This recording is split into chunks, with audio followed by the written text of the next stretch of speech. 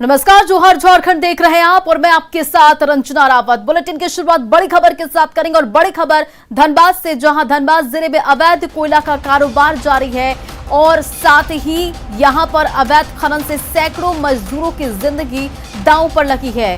ताजा मामला गल्फरबाड़ी ओपी और बरोरा थाना क्षेत्र की सामने आ रही है, जहां बरोरा थाना क्षेत्र के मुराईडी में अवैध कोयला खनन के दौरान चाल धंसने से एक महिला और एक युवती गंभीर रूप से घायल हो गई। ये एक्सक्लूसिव तस्वीर हम आपको दिखा रहे, इस पूरे मामले से जुड़ी हुई। वहीं उसके साथी मजदूर दोनों को लेकर वहां से फरार हो गए हैं और सूत्रों से मिल रही है जानकारी और उसके मुताबिक दोनों घायलों की मौत हो गई है, जिसका अंतिम संस्कार तेलमच्चो दामोदर नदी घाट में किया जा रहा है। हालांकि पुलिस ने ऐसी किसी भी घटना से इनकार किया है, जबकि घटना स्थल से खून, मजदूर का चप्पल और बोरा भी मिला है। और वहीं गल्फरबाड़ी ओपी क्षेत्र की बात करें तो यहां के सन्यासी मंदिर के पास अवैध खनन के दौरान मुहाना धंस गया, जहां जमीन 5 फीट नीचे धंस गई। गनीमत रही कि इसमें कोई जानमाल का नुकसान नहीं हुआ है।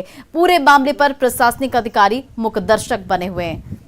तो देखिए ये दो तस्वीरें, एक बरोरा की और एक गल्फरबाड़ी की, जहां चाल धंसा है, और एक बरोरा की तस्वीर आप देखिए जहां 2 महिलाओं की मौत हो गई है। यहां से चप्पल, बोरा और खून के छींटे भी मिले हैं, आपको बताते चले। और दूसरी तस्वीर जहां पर गल्फरबाड़ी में भी मुहाना धंसा है, लेकिन हालांकि गनीमत ये रही कि यहां जान माल का नुकसान नहीं हुआ है। अधिक अपडेट के साथ हमारे संवाददाता संजय गुप्ता इस वक्त फोन लाइन पर जुड़ गए। संजय, देखिए 2 जगहों से ये खबर आ रही है, गल्फरबाड़ी और बरोरा, लेकिन जो पुलिस प्रशासन है इस पूरे खबर से इनकार कर रही है। क्या कुछ अधिक जानकारी इस पूरे मामले पर? हर बार की तरह इस बार भी जो पुलिस है सब मामले से इनकार करी है और उनका बार बार यही करना कि इस तरह की कोई भी घटना नहीं हुई है। लेकिन सबसे बड़ी सवाल है कि वहां पर जो प्रमाण मिले हैं, जूते, चप्पल है, खून के धब्बे लगे हुए हैं, कहीं न कहीं वहां पर जो है पानी की बोतलें हैं, तो ये इस बात का प्रमाण है कि वहां पर आज जो है तो कोई न कोई घटना हुई है। लेकिन प्रशासन जो है तो हर बार की तरह इस बात को इनकार कर देती है और सबसे बड़ी दिक्कत हो जाती है कि लोगों के सामने जो है कि वो किसी तरह का मामला दर्ज नहीं करा सकते, क्योंकि हर बार जो है तो इस तरह की चीजें में उन पर कानूनी दबाव आ जाएंगे। यही कारण है कि जो लोग होते हैं वो यहाँ कानून का सहारा नहीं ले पाते हैं और हर बार की तरह इस बात को दबा दिया जाता है। लेकिन अवैध कोयला कारोबार को लेकर धनबाद जिला खास करके अभी सबसे अधिक सुर्खियों में, क्योंकि लगातार अवैध कोयला कारोबार की समाचार चल रही है, छापेमारी भी हो रही है, लेकिन कार्रवाई के नाम पर केवल खानापूर्ति ही दिखती है। वाकई संजय, कार्रवाई के नाम पर खानापूर्ति नजर आती है। अगर देखिए बरोरा की बात करें तो यहाँ 2 महिलाओं की मौत हो गई है, जो सूत्रों के हवाले से ये जानकारी सामने आ रही है। हालांकि पुलिस प्रशासन इस पर कुछ भी कहने से इनकार कर दिया है। तो क्या वहां पर और जानमाल का नुकसान क्या कुछ हुआ है? फिलहाल तो वहां पर आज जो घटना हुई इसमें एक महिला और युवती जो है गंभीर रूप से घायल हुए थे और उसके बाद आनंद फानन में जो उनके साथी मजदूर थे उसे वो ले जाकर अस्पताल ले गए और जब बहुत ही स्थिति बिगड़ी तो उनकी मौत हो गई। अब जो है उन दोनों शवों को है तो दामोदर नदी घाट में अंतिम संस्कार कर दिया गया। इसकी भी तस्वीर हमारे चैनल में लोग देख रहे होंगे। लेकिन दिक्कत यही है कि पुलिस के पास ये लोग शिकायत नहीं कर सकते, क्योंकि उन्हें मालूम है कि यह अवैध काम है। अवैध काम में अगर वो इसकी शिकायत करेंगे तो प्रशासन जो है तो फिर उन्हीं से सवाल करेंगे आखिर आप क्यों गए थे। लेकिन पुलिस के सामने और पुलिस की मिली भगत से ये कारोबार फल फूल रहा। हर दिन जो है तो 200-300 ट्रक के बिहार, बंगाल, यूपी जा रही है। लोग जो है अवैध कोयला कारोबारी वो माला माल हो रहे हैं। लेकिन इसमें अगर किसी की क्षति हो रही है तो वो सरकार को राजस्व की क्षति हो रही है और वो जो गरीब मजदूर है उनको जान अपना गंवाना पड़ रहा है। और ऐसी कई अनेक दुर्घटनाएं धनबाद जिला में हो चुकी है, लेकिन सरकार भी संज्ञान नहीं ले रही है और ना ही जिला प्रशासन। जी चलिए संजय, इन तमाम जानकारियों के लिए बहुत बहुत शुक्रिया।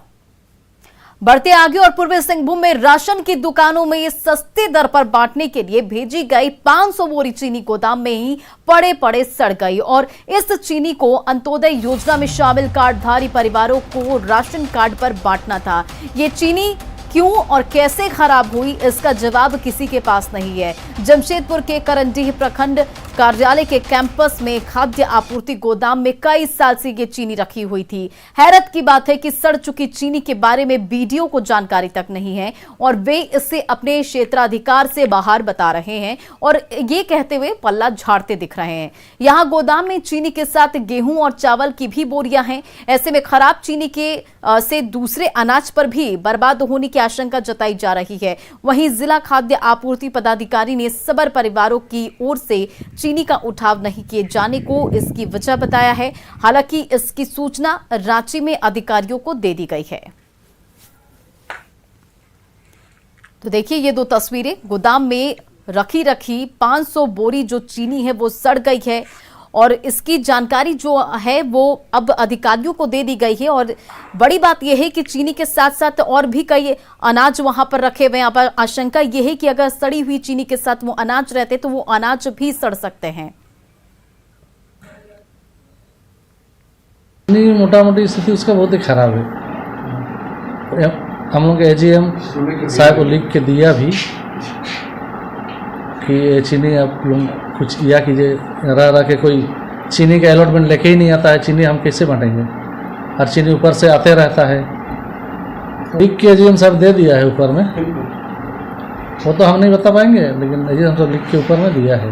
इस तरह की कोई जानकारी अभी तक हमको किसी भी स्रोत से पता नहीं चला है। और यदि कोई हमको को इस तरह का कोई आता है ऊपर से जांच के लिए या कहीं से शिकायत आता है तो उसका हम लोग देखेंगे या ऊपर जिला प्रबंधक राज्य खाद्य निगम को सूचित करेंगे। में अधिकांश जगह में जो है कि चूँकि सबर परिवार का अधिकांश में हम लोग मुफ्त के चावल उपलब्ध कराते हैं, वे लोग अधिकांश लोग चीनी का उठाव नहीं कर पाते हैं। कुलिया इस समय भी कुछ मात्रा खराब हुई है, जो पूर्ववर्ती 3-4 साल 5 साल पुराना चीनी है, जिसका रिपोर्ट हम लोगों के द्वारा मांग किया गया है, समेकित करके राज्य सरकार को सूचित। अधिक अपडेट के साथ संवाददाता प्रभंजन हमारे साथ फोन लाइन पर जुड़ गए।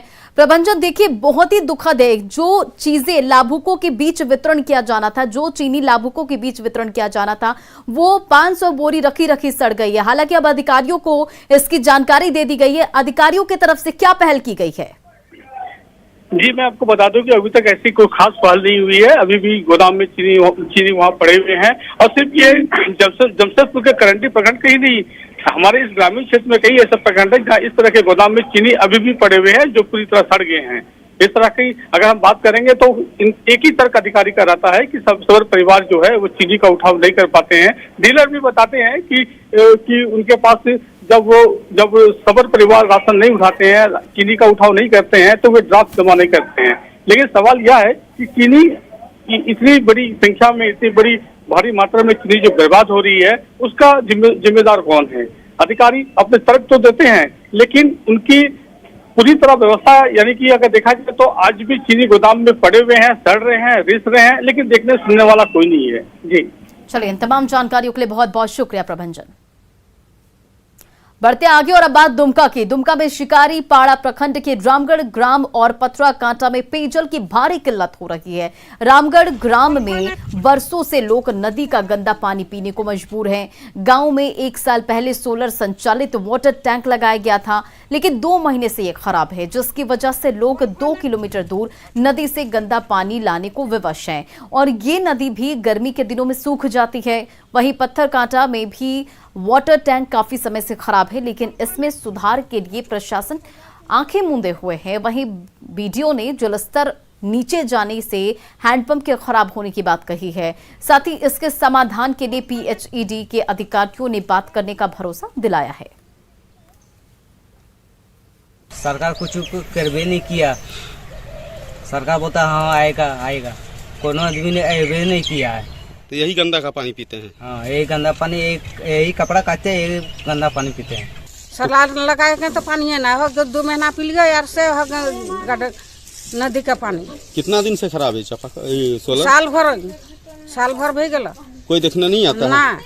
सरकारे न कोई सरकार न। तो नहीं कहला वहाँ ब्लॉक में नहीं बोले हैं? हाँ, तो कागज तो लगो। तो हम लोग के संज्ञान में ये बात आई है, हम लोग इसको देखते हैं किस स्तर से, हमारे स्तर से या पीएचडी विभाग के स्तर से हम लोग इसको ठीक कराना सुनिश्चित कराएं।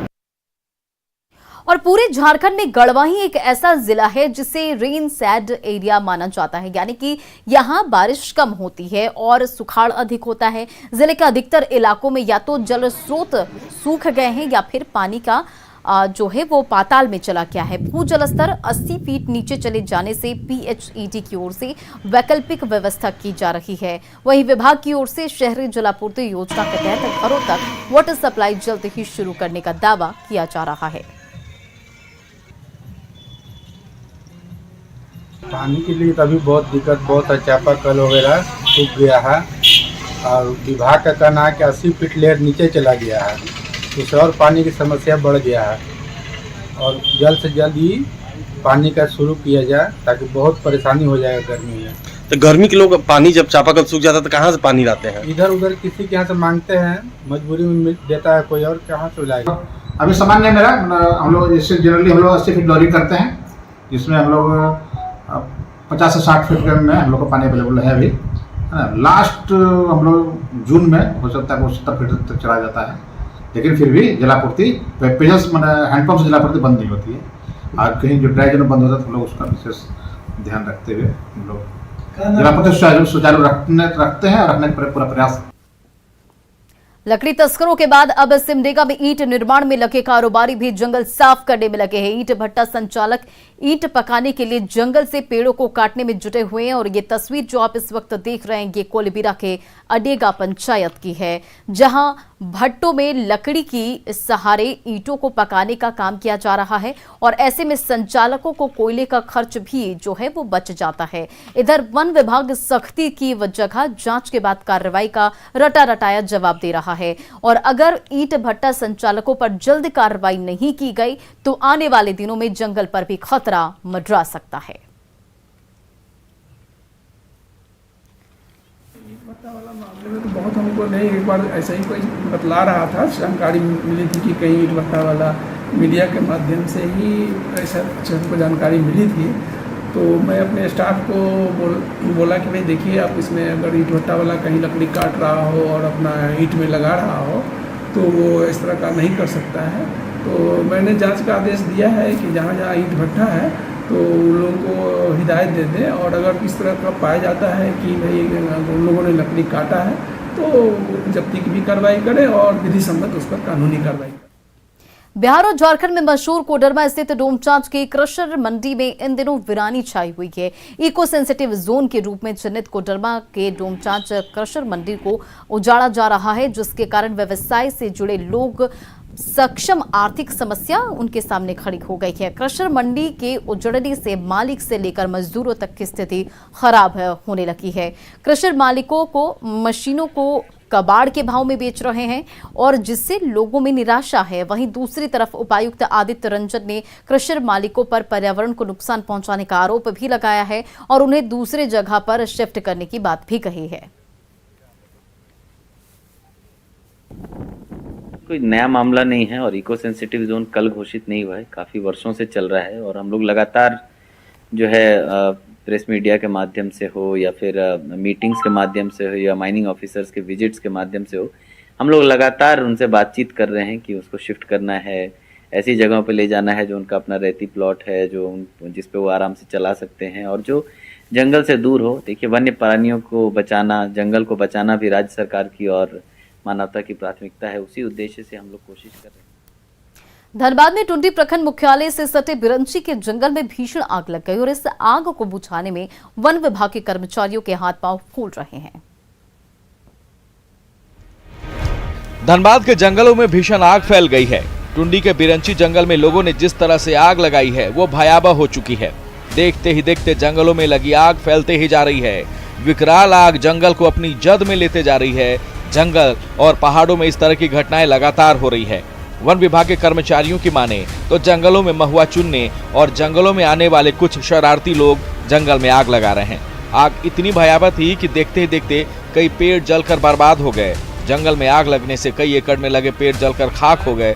हरे भरे पेड़ जलने से वन विभाग को लाखों का नुकसान हो रहा है। साथ ही जंगल में लगी आग से पर्यावरण को भी भारी नुकसान पहुंच रहा है।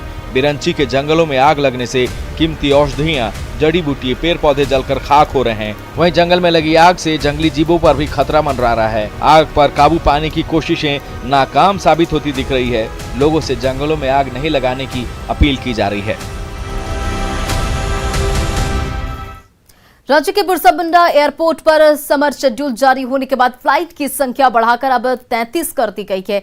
न्यूज 18 से खास बातचीत में एयरपोर्ट डायरेक्टर ने बताया कि फ्लाइट की संख्या के साथ साथ पैसेंजर की आवाजाही भी 7,500 तक पहुंच चुकी है।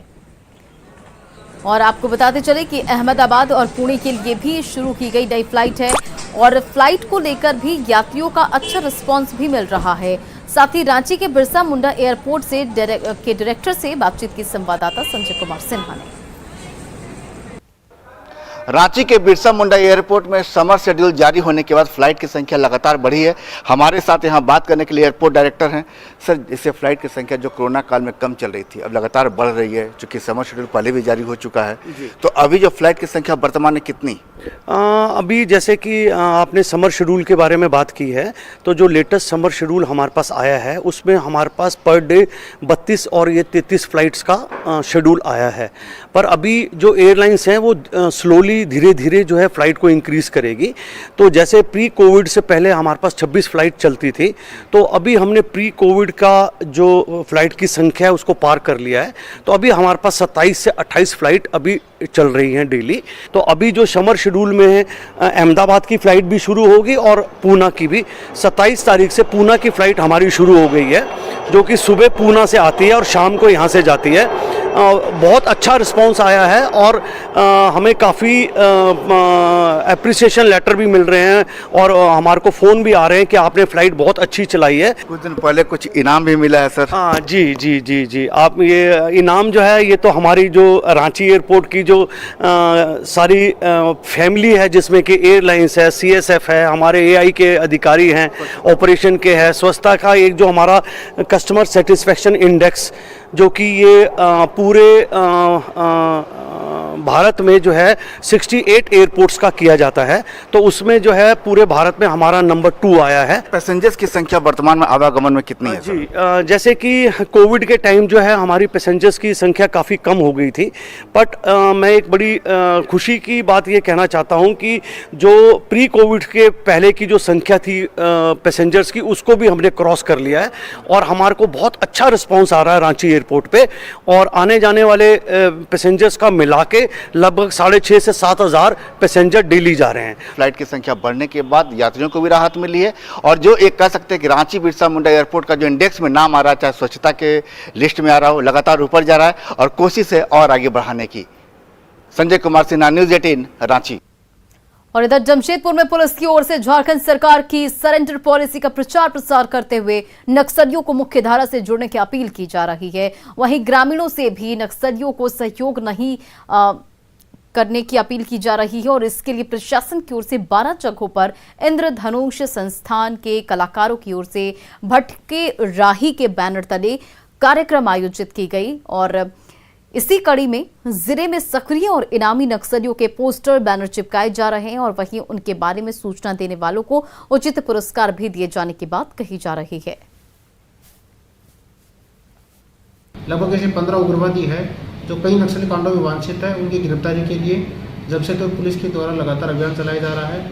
उन्हीं की गिरफ्तारी के क्रम में प्रचार प्रसार करने के लिए अभी हाल में इंद्रधनुष मंच तले भटके राही कार्यक्रम का आयोजन किया जा रहा था, नुक्कड़ नाटक का, जो जिसमें झारखंड सरकार की आत्मसमर्पण नीति का प्रचार प्रसार किया जा रहा था और भटके हुए नक्सलियों से मुख्यधारा में जुड़ने के लिए अपील की जा रही थी। इसी क्रम में आगे बढ़ते हुए अभी इनके खिलाफ 15 नक्सलियों के पोस्टर जारी किए गए जमशेदपुर पुलिस की तरफ से, जिनमें सभी 15 नक्सलियों के छायाचित्र हैं। उधर चतरा जिले के लावालौंग प्रखंड मुख्यालय में एक मौलाना पर दरिंदगी की हद पार करने का आरोप लगा है। घटना कोलकोले पंचायत के संभे गांव की बताई जा रही है, जहां 14 साल की नाबालिग के साथ भूत उतारने और झाड़ फूंक के नाम पर मौलाना ने दरिंदगी की। 4 दिनों तक उसके साथ बेरहमी से मारपीट की गई और वहीं जलती अगरबत्ती से उसके चेहरे, होठ और दोनों हाथों को कई जगह जला दिया गया। शारीरिक और मानसिक टॉर्चर की वजह से पीड़ित अपना मानसिक संतुलन खो बैठी है। और इधर इस घटना को लेकर मौलवी के खिलाफ लोगों में आक्रोश दिख रहा है। वहीं दरिंदगी के बाद आरोपी मौलाना फरार है। पीड़ित परिजन ने थाने में प्राथमिकी भी दर्ज कराई है और CWC ने भी इस पूरे मामले पर संज्ञान लिया है। वहीं पूरे मामले में पुलिस पर गंभीरता नहीं बरतने का आरोप भी लग रहा है। मानवाधिकार के तहत पर हमने इसको सहयोग के लिए हम लोग चतरा सदर अस्पताल में लेकर के गए और वहाँ जांच पड़ताल हुआ, उसके बाद वहाँ से रेफर किया गया, उसके बाद हम यहाँ रांची। बच्ची के साथ ज्यादती का मामला प्रकाश में आया है और इस संदर्भ में हम लोग तत्काल जो है जैसे ही सूचना मिला इस संदर्भ में हम लोग कांड दर्ज करके अनुसंधान प्रारंभ भी कर दिए हैं और जो भी दोषी होगा उसे सख्त से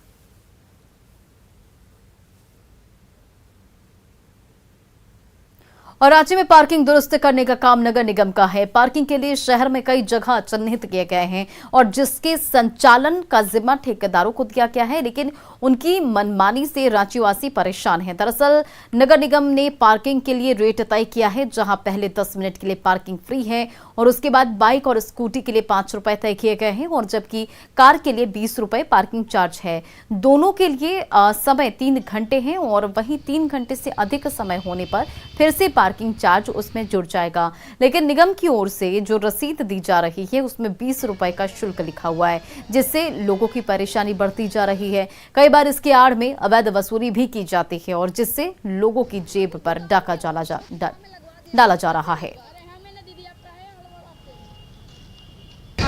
संडे को मैं आया था बुक लेने के लिए, तो मुश्किल से मैं गया तो दुकान बंद था, मैं तुरंत आ गया। उसके लिए इन्होंने मुझसे 20 रुपये चार्ज कर दिया। अचानक मुझे जब याद आया तो मैंने बोला कि 10 मिनट तो फ्री है, तब इन्होंने बोला कि ठीक है छोड़ दीजिए। तो ये तो गलत है ही। अगर नॉलेज नहीं है तो वो लोग स्लिप काट चुका था। उससे कम जो लोग काट रहे हैं अगर उनकी पकड़ी जाती है तो एक्शन लेना चाहिए, नहीं तो फिर सभी 2 पहिया का नगर निगम का रेट है 5 रुपया और 4 व्हीलर का है 20 रुपया। इसके बावजूद 30 से 40 रुपए काटा जा रहा है और आपके यहाँ 40 देखिए 3 घंटा प्लस हो रहा है। तब 5 मिनट की बात कर रही हूँ। 5 मिनट का नहीं है, 9 मिनट 10 मिनट यहाँ पर फ्री दिया जाए। देखिए 10 मिनट यहाँ पर लिखा हुआ भी है। हाँ 10 मिनट यहाँ फ्री है। हाँ 10 मिनट फ्री दे भी रहे हैं।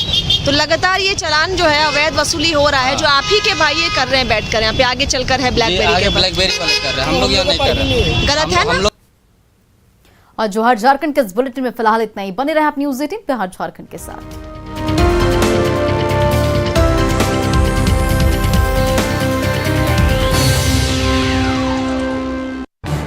इस न्यूज हेडलाइंस के प्रायोजक